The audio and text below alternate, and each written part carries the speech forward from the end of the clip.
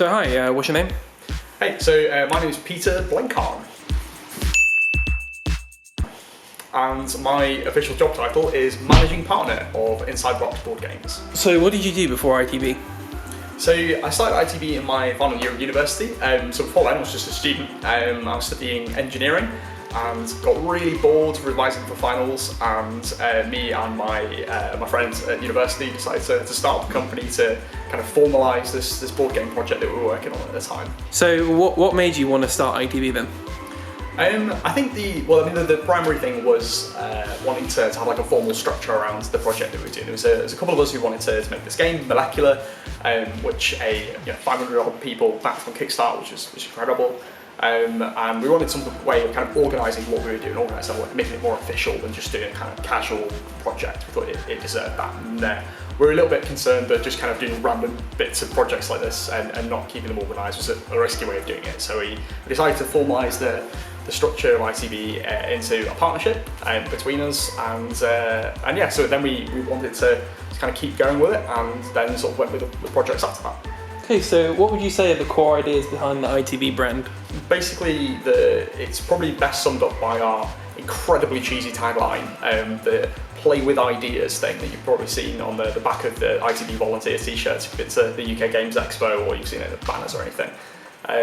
But yeah, the thing that ties all of the games that we've done and the games that we will be doing in the future together is this idea of a game that isn't just fun to play, isn't just a satisfying challenge or puzzle, but it's something that makes you think about something a little bit outside of whatever it is the game is doing. For Molecular, it's about trying to make a very academic, for dry subjects accessible, so make it fun and exciting and silly, but also educative. So all of the kind of recipes of molecules that you're kind of constructing in this lab for Molecular, they have the little factoids at the bottom that my original partner Matthew, who's in chemistry, wrote at the bottom of the cards. So while you're playing acid or something, it'll tell you exactly what that kind of thing is used for in real life, what kind of research is done on it. So it makes it a really good educational tool. It was kind of by accident that we did that. We just thought it was kind of fun, but it meant that a lot of educators wanted to use the game in their classroom. So we even got a big order from a library network in New York State, which is pretty cool. With our next project, Statecraft, that was kind of a pet project of mine where I'm really interested in politics, in the kind of really dry kind of mathematical analysis of why particular people vote for particular things, what kind of ideas appeal to different people, why. And I was really interested in how different voting systems could affect that. And again, it's a really dry, academic topic, and it's not necessarily the most engaging. And kind of moving on to Subterra, our sort of latest creation that's been really successful, although it's a little bit of a departure from the more academically focused games in the first two. The kind of concept of the whole Subterra project was to try and make a game that was genuinely create fear in some way. Tim has talked a lot about this on the designer of the game on his designer's blogs on the website, or on Board Game Geek, you can find them there, about how he wanted to make a game that genuinely made you feel afraid. And not like kind of jump scare, like, whoa, there's a monster coming out of nowhere, because that's not going to happen in a board game.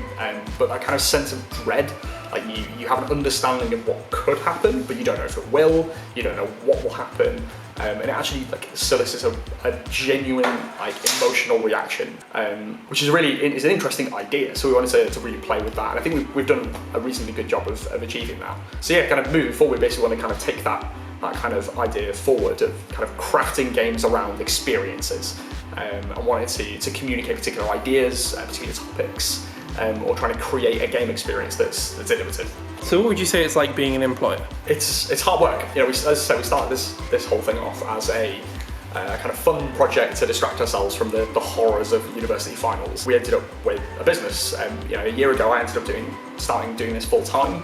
And since then, we've got a full-time employee, and we've had several people as full-time interns. We've had micro-interns from the University of Oxford that have come in for a week or so at a time. And that's been incredible to have so many enthusiastic people in the same place, in such a young company, lots of different options, lots of flexibility. And with such incredible support from Kickstarter backers to help us grow really quickly. But it presents a lot of challenges. I'm 24, I've had a few jobs before myself, so I've got a rough understanding of what it's like to be an employee in a very small way. But this is the first time I've ever had the experience of being on the other side of that, being the employer. So it can be quite a stressful experience at times, but it is very rewarding. So what's next for ITB? What are you guys currently working on at the moment? So the project we're working on right now is Newspeak, which is something that we first encountered late last year at Aircon, which is a regional convention up in it was in Bradford at the time, in Yorkshire, and I moved to Harrogate. The game was presented to us by a friend of a designer that's working with us already, who came up with this really slick concept for a kind of code-breaking game. It's kind of like a combination of like Mysterium and Codenames, but with like a lot more like heavy crunchiness to it. So it's like a full-on like verbal code-breaking game, and kind of a lot of pressure elements and a lot of kind of subterfuge elements thrown in with it, which has been really fun to test, and we're really enjoying sort of like weaving in a sort of more concrete theme to it. So we're going for a kind of near-future Black Mirror-inspired dystopian world. With all sorts of like horrifying surveillance culture and all sorts of things. So if you wanted to become involved in the industry, what kind of skills do you think are most valuable? All of them, basically. There's a lot of different aspects to the industry. Overwhelmingly creative. And I don't just mean in the kind of, the classic sense of like being able to paint or draw or write. The industry is growing very quickly, and that calls for people to be innovative. If you have experience of writing, then there is rulebook editing, there's narrative writing, there's kind of story arc writing for something like a legacy game or a campaign game. Writing the blurbs on the back of games is actually really hard to do. Kind of really succinctly communicate, especially for big complicated games, what that is, what that game is. And try and help a customer in a shop or a backer on a Kickstarter project understand what your product is. But if you've got lots of experience and skills in communicating and helping people understand the message, that's a really valuable skill to have. And that's something that a lot of people within the industry don't have as their main skill. A lot of people are project managers, or they're designers, mathematicians, computer scientists. They're kind of techie people that you'd expect to see designing a game. But might not have things like marketing skills. They don't know how to communicate to people what the value of their game is, and that's a really important thing to be able to do. Any kind of communications is vital to any kind of industry, but particularly in this kind of industry where communication is not just part of like helping people to understand what a product is, but also part of the product itself. I think one of the good things is that it's a very accessible industry.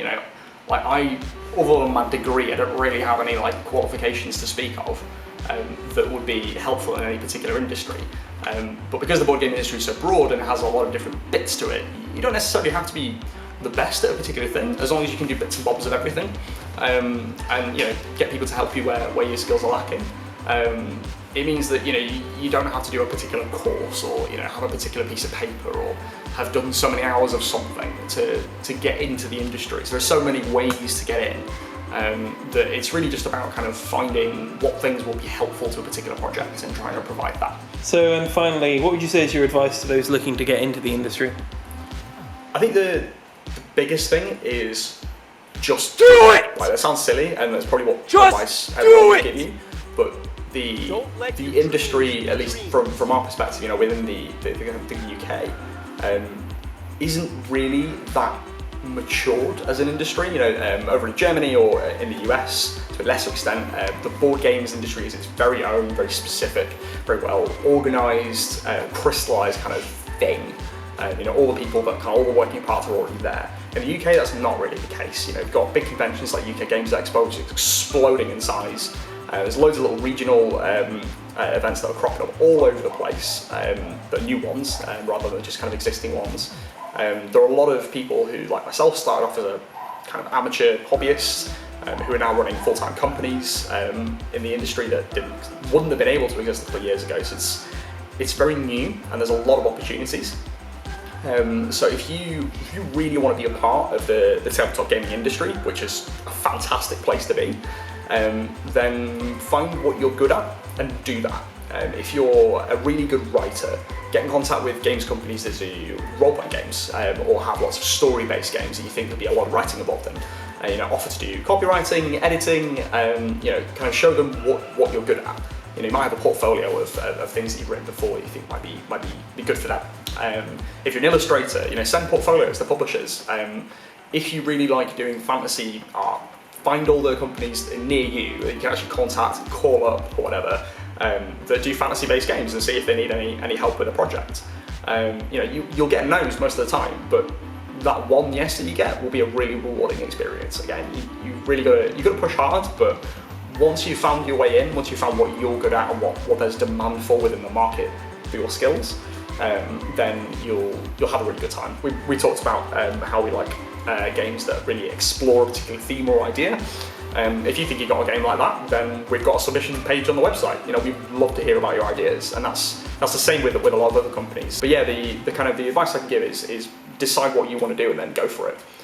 There's a lot of space within the industry for more people, and it's kind of crying out for more energy and enthusiasm. So definitely get involved.